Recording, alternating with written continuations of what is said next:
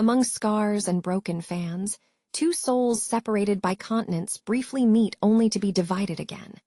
When a determined heart decides to traverse the world on two wheels, guided only by faith and the promise of an unlikely love, the impossible becomes a path, a journey that reminds us that some distances can only be measured by courage. The warm breeze of Chengdu fluttered the sheets hanging in the windows as Li Wei walked through the narrow alleys towards the small apartment he shared with his sister. His steps were slow after another exhausting day at the community clinic, where he worked as a maintenance assistant. His calloused hands, marked by years of fixing medical equipment, held a paper bag with stuffed buns, a surprise for Myra. The scar that ran across his right cheek, from temple to chin, seemed more evident under the setting sun. That mark carried a painful story. At the age of 12, while returning from school, Li Wei was hit by a motorcycle. The accident cost him weeks in the hospital and left that permanent reminder on his face. In the years that followed, he got used to the curious, and sometimes suspicious, glances from strangers. "Gee, you arrived early today," Myra exclaimed upon seeing him enter. At 15, she had the same warm smile as their mother, May, who had passed away 3 years earlier after a long battle with cancer. "The supervisor let me leave early. One of the doctors said I'm working too much," he replied, placing the buns on the worn-out table. Myra observed him with her keen eyes. "You look tired. Did you have nightmares again?" Li Wei hesitated before responding. The dreams about his mother had become more frequent. In each of them, May smiled and repeated the same words from her deathbed. "Take care of Myra. You are each other's treasure." "I'm fine," he lied, forcing a smile. "How was school?" Myra beamed. "The teacher praised my essay about places I want to visit. I used that old atlas you always read to me." Every night, even exhausted, they kept the ritual. Li Wei opened the worn-out atlas he had found at a bazaar and told stories about distant places. It was their way of traveling without leaving that cramped apartment. "One day, Gij, you will travel across the world," Myra used to say dreamily. He always replied with a soft laugh. "With what money? Maybe only by bicycle." Thousands of kilometers away, in a sleek apartment overlooking the waters of Stockholm, Astrid Lindberg was finishing a video conference. The screen's reflection illuminated her tired face as she shut down the computer with a deep sigh. At 31, she was the financial director of the family business, a position she had taken on after completing her MBA in Switzerland. The apartment, though luxurious, lacked warmth. The white walls, minimalist furniture, and large windows created an immaculate space, yet strangely empty. On the entry console, a single photograph broke the monotony. Astrid and her mother, Aline, smiling during a trip to Italy, 2 years before the diagnosis that would take Aline away. The phone rang, interrupting her thoughts. It was Henrik, her father. "Astrid, I just left the meeting with the board. We need to review the quarterly numbers before tomorrow's presentation." "Dad, it's almost 9 at night," she replied, massaging her temples. There was a brief silence. "Business doesn't stop because we're tired, Astrid. Your mother would understand that." The mention of Aline was always like a well-aimed arrow. "I'll be in the office in half an hour," she relented. After hanging up, Astrid walked to the window, watching the city lights reflected on the water. Since her mother's death, work had become her refuge and her prison. Henrik, pragmatic and disciplined, had turned grief into more hours at the office, hoping his daughter would follow the same path. "You need to be strong. We have no room for vulnerabilities," he always said. But on quiet nights like that, Astrid felt the emptiness grow, a sense that something essential was missing in her meticulously planned life. The next morning in Chengdu, the heat was stifling. The main fan in the community clinic had stopped working, turning the small space into a sauna. Li Wei was crouched in the corner, tools scattered around him, trying to dismantle the motor. "It must be the capacitor," he murmured to himself, wiping the sweat from his forehead with his forearm. It was when the door opened, bringing in an unexpected breeze. A Western woman entered, dressed in simple yet elegant clothes. She seemed out of place in that humble setting, like an exotic bird perched on a familiar branch. "Hello, does anyone speak English?" she asked, glancing around the nearly empty space. The receptionist had left to fetch water. Li Wei stood up hesitantly. His English was basic, learned through free apps and occasional conversations with foreign patients. A little, he replied, embarrassed by his sweaty appearance and exposed scar. To his surprise, the woman smiled and, to his even greater amazement, attempted to speak in Mandarin. I came to help. Doctors. The words came out hesitantly, with a strong accent, but understandable. You speak Mandarin? Li Wei asked, genuinely impressed. I am learning. I am here with a healthcare assistance program, she explained, switching between English and Mandarin. I'm Astrid. Li Wei, he replied, pointing to the disassembled fan. I'm trying to fix this before everyone melts. Astrid stepped closer, rolling up the sleeves of the light shirt she wore. Can I help? She offered. Li Wei couldn't hold back a gentle laugh. If you hold the flashlight, that helps a lot. Thus began an unforgettable afternoon. While Li Wei worked on the motor, Astrid held the flashlight with one hand and jotted down technical terms in Mandarin with the other. What should have been a casual encounter turned into a conversation flowing between two languages, pauses for translation, and shared laughter. At lunchtime, they sat on the external steps of the clinic. Astrid shared her rice with vegetables, and Li Wei offered tea in his own cup. Why did you choose to come here, so far from your home? Li Wei asked while watching Astrid attempt to use chopsticks. She hesitated before answering. After my mother passed away last year, I realized I was living only to work. She always talked about helping others, so I decided to take a leave and do something meaningful. Li Wei nodded, understanding the weight of those words. My mother is gone too, 3 years ago. A comfortable silence hovered between them, a mutual recognition of loss that needed no further explanation. Over the next 2 weeks, Astrid returned to the clinic every day. Although her official work was to assist with translations and organization of donations, she always found time to sit with Li Wei while he repaired equipment. They talked about their lives, their families, their beliefs. Li Wei told her about Myra and the promise he made to his mother. Astrid spoke about the pressure from Henrik and the emptiness she felt despite her professional success. On her last day in Chengdu, Astrid found Li Wei working on a broken oximeter. I leave tomorrow, she said, the sadness evident in her voice. Li Wei just nodded, not trusting his own words. Before leaving, Astrid handed him a folded piece of paper. For when the fan of your soul stops, she said with a sad smile. On it was written, Even though I walk through the valley of the shadow of death, I will fear no evil. Below, a small drawing of a cross. It's a verse that comforts me, she explained. I believe there is purpose even in the most improbable encounters. When Astrid left, Li Wei placed the paper in the pocket of his shirt, close to his heart, like someone who keeps a precious compass. The days that followed were marked by a deafening silence. Li Wei tried to resume his routine, but his thoughts inevitably returned to Astrid.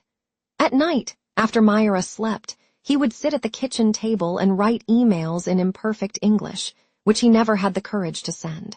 Myra, perceptive as always, noticed the change in her brother. Geography turned into a love letter, Jeej, she teased, seeing him poring over the atlas, searching for Stockholm repeatedly. He would just blush, changing the subject. In her apartment in Stockholm, Astrid was also struggling to readjust. Executive meetings and business dinners seemed devoid of meaning after the afternoons spent on the clinic steps. One night, after a particularly frustrating argument with Henrik about her philanthropic phase, as he called it, Astrid picked up her phone and, before she could reconsider, sent a message to Li Wei. Fan fixed. The response came almost instantly, as if he had been waiting. Yes, but something else stopped. My chest.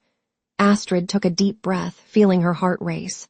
Sometimes God presses the chest to expand the heart, she replied.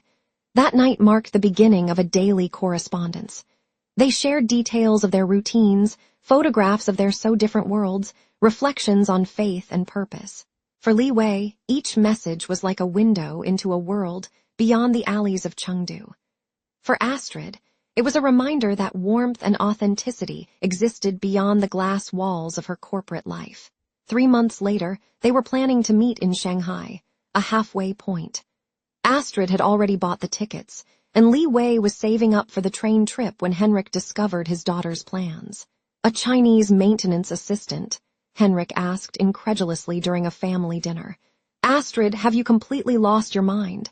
"It's not like that, Dad. Li Wei is." "What is it?"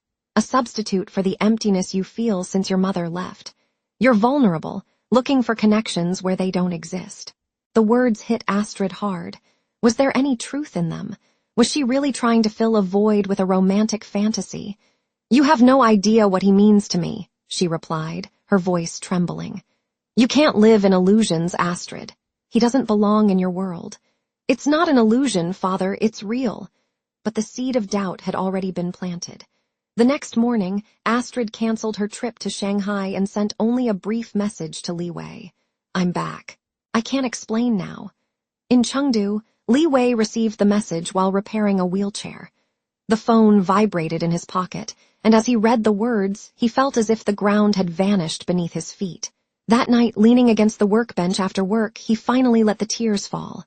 "Myra, it's over," he told his sister when he got home, his red eyes revealing his state. Myra watched her brother for a long moment. "No, Geography is vast, but God is greater." Weeks turned into months. Li Wei immersed himself in work, taking on extra shifts and private repairs to occupy his mind. Astrid, on the other hand, accepted a promotion that led her to constant travels across Europe, as if perpetual motion could dilute the feeling of loss.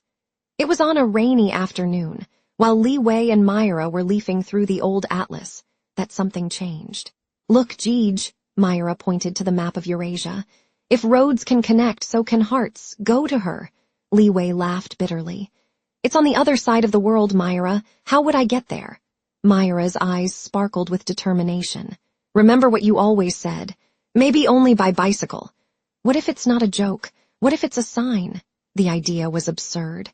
Crossing continents by bicycle. Without money, without planning, without any guarantee that Astrid would even welcome him. But that night, while Myra slept, Li Wei took Astrid's note from the drawer where he kept it and reread the words. "Even though I walk through the valley of the shadow of death, I will fear no evil." The next morning, Li Wei sold his old motorcycle, stored his savings in a waterproof pouch, and bought a used but sturdy bicycle. He attached the note with the psalm to the handlebar, protected by plastic. "I'm going to try to find her," he said to Myra, who hugged him tightly. "Go with God, Jeej, and send messages when you can." The journey would be long and uncertain. From Western China through Central Asia, Russia, and finally Europe. With each kilometer traveled, Li Wei faced not only the physical challenge, but also his own doubts. On the hardest days, when the headwind seemed to stop him from moving forward, or when the rain turned the roads into mud, he repeated like a mantra, "Lord, guide the tire, guide the heart." He slept in Buddhist temples, mosques, churches, or under the stars. He repaired bicycles and small devices in exchange for food and shelter. He learned to say, "thank you," in dozens of languages. He faced the intense cold of the steppes, the loneliness of the long deserted stretches, and the discouragement that occasionally visited him on the darkest nights. But each pedal took him closer. And in every place he passed, he carried with him the stories of the people who helped him. The Uzbek family who shared their bread, the Russian truck driver who sheltered him during a snowstorm, the elderly Polish couple who insisted he stay for Christmas. Meanwhile, in Stockholm, Astrid was battling her own demons. The excessive work no longer masked the emptiness she felt. In an attempt to reconnect with something greater, she started attending a small chapel not far from her apartment.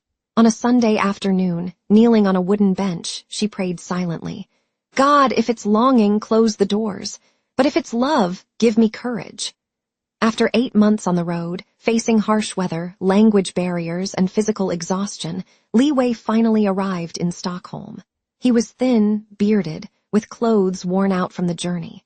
The bicycle, patched up numerous times along the way, seemed to hold together by sheer willpower. Feverish after days of cycling under cold rain, Li Wei entered a small chapel to take shelter. An elderly pastor greeted him, offering hot tea. "You've come a long way, son," the man remarked, noticing Li Wei's Asian features and his state of exhaustion. "From Asia. For a heart, Li Wei replied in hesitant English, taking out the crumpled and faded note that Astrid had given him. The pastor examined the paper carefully, a smile forming on his wrinkled lips. The woman who wrote this comes here on Sundays.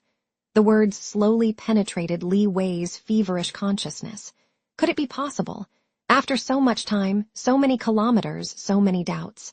Was he really just a Sunday away from Astrid?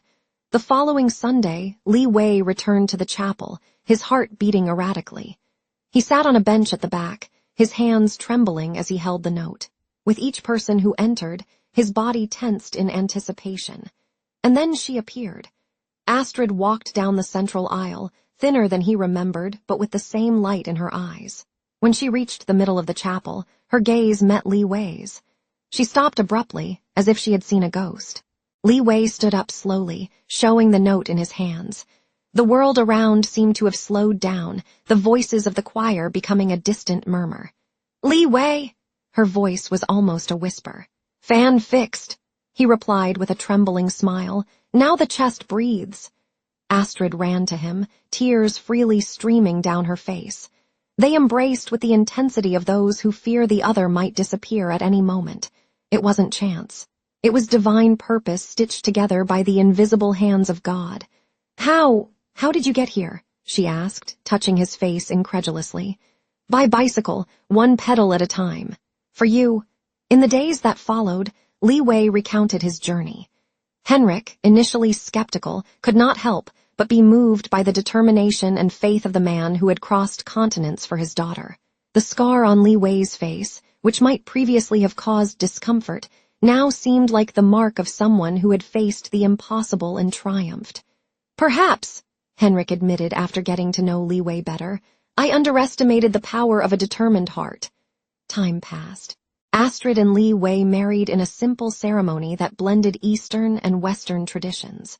Together, they opened a cafe workshop in Stockholm, a welcoming space where bicycles were repaired in the back and stories were shared in the front over cups of tea and coffee. Myra, who came to live with them, graduated in engineering and created a program to assist young immigrants in adapting. Henrik, once rigid and controlling, transformed over the years. The birth of his grandchildren, children with almond-shaped eyes and light hair, softened his heart, turning him into the grandfather who told animated stories at the dinner table. 15 years later, on an autumn afternoon, Li Wei and Astrid sat by the fireplace of their cozy home. The family had gathered to celebrate their wedding anniversary. One of their granddaughters, a blonde girl with slightly almond-shaped eyes, sat at the feet of her grandparents. "Grandma, Grandpa, how did you meet?" asked with childlike curiosity. Li Wei smiled, the scar on his face now soft like a distant memory. "It all started with a broken fan."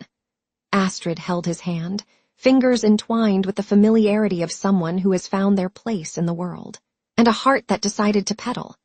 On the living room wall, framed in simple wood, was the ticket yellowed by time. The verse that united them became the family's legacy. Love knows no boundaries. It crosses them with faith, 1 kilometer at a time. Outside, an old patched-up bicycle rested in the garden, transformed into a flower stand. A daily reminder that the greatest journeys begin with a single step of courage, and that God works his miracles through the hands of those who have the faith to move forward.